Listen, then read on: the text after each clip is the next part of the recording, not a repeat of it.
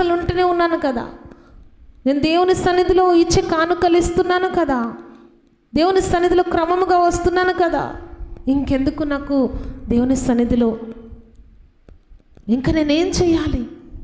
నాకు ఈ స్వస్థత రావట్లేదు, నాకు ఈ విడుదల రావట్లేదు, నా కుటుంబంలో పరిస్థితులు ఇంకా తారుమారుగా అయిపోతున్నాయి. ప్రేమన బిడలారా, దానికి సూచనలు ఏంటంటే దేవుడు అతి త్వరలో నీ జీవితంలో బలమైన కార్యాలు చేయబోతున్నాడు. నువ్వు ఊహించని దానికంటే గొప్ప కార్యాలు దేవుడు నీ జీవితంలో చేయబోతున్నాడు. నువ్వెంత స్వస్థత కొంచెం అనుకుంటున్నావు, విడుదల కొంచెం అనుకుంటున్నావు, కానీ దానికంటే 100కి 100 ఘనత, 100కి 100 దీవెన, కృప వెంబడి కృప నిన్ను వెంబడించడానికి దేవుడు నీ కొరకు నిన్ను ఏం చేస్తున్నాడంట? పరీక్షిస్తున్నాడేమో. నీ ప్రార్థన వినట్లేదని కాదు, నీ ప్రార్థన విన్నాడు.